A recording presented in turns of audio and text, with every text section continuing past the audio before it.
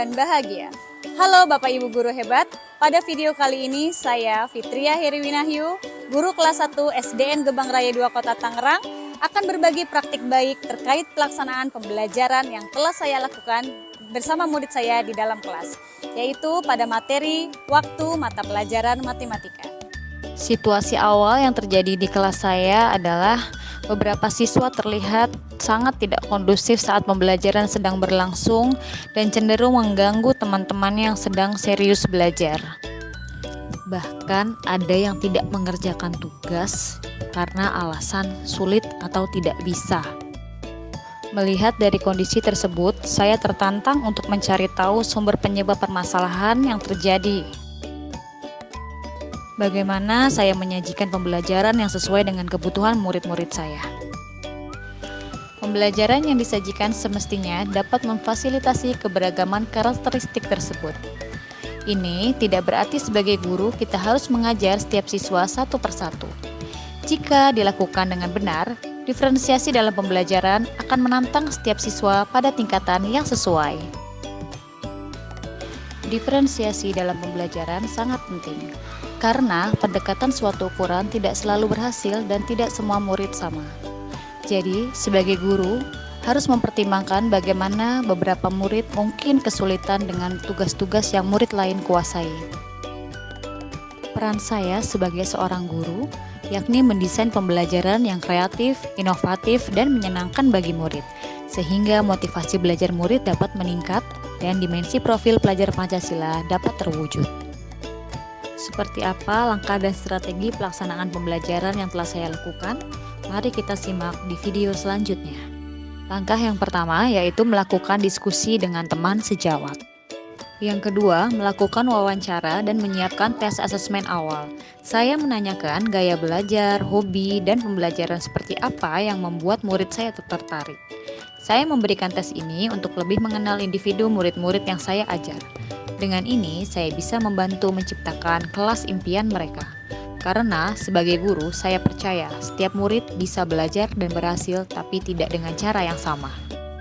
Berikutnya, menyusun perangkat pembelajaran yang terdiri dari RPP berdiferensiasi dan berbagai media pembelajaran yang disesuaikan dengan kesiapan, minat, dan profil belajar murid. Selanjutnya, melaksanakan pembelajaran berdiferensiasi dengan strategi konten, proses, dan produk.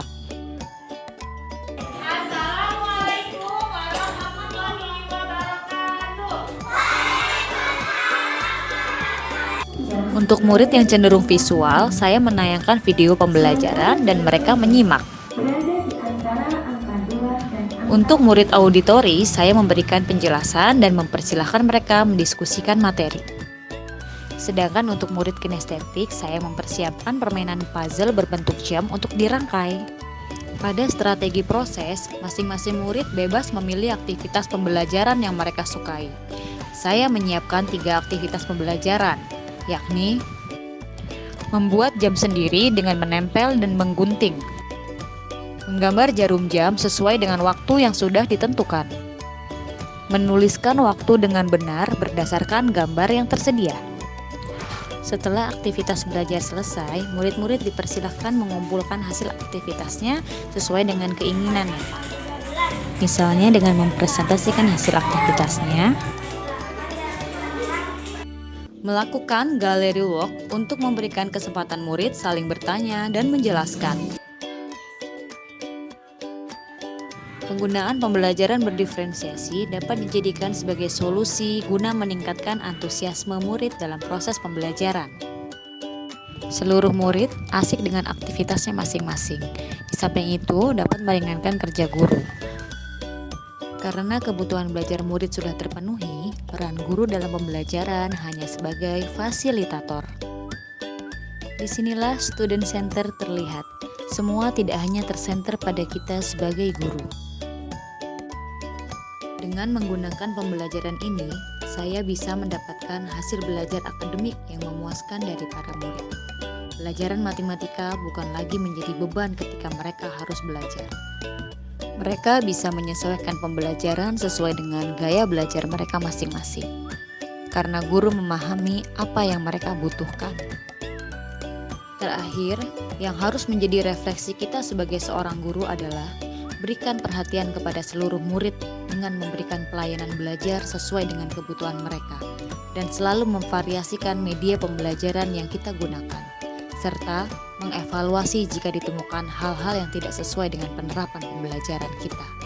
Setelah belajar hari ini, saya jadi tahu cara membaca jam. Setelah belajar hari ini, saya jadi tahu fungsi jarum panjang dan jarum pendek. Pembelajaran yang disajikan Bu Ria sangat menyenangkan karena kita bebas memilih aktivitas sesuai dengan keinginan kita. Bapak Ibu guru hebat, semoga pembelajaran berdiferensiasi yang saya sajikan dapat menginspirasi, sehingga setiap murid dengan berbagai karakteristik merasa dihargai, merasa aman, ada harapan bagi pertumbuhan, ada keadilan dalam bentuk nyata. Guru dan murid dapat berkolaborasi sehingga kebutuhan belajar peserta didik dapat terfasilitasi dan terlayani dengan baik. Salam dan bahagia.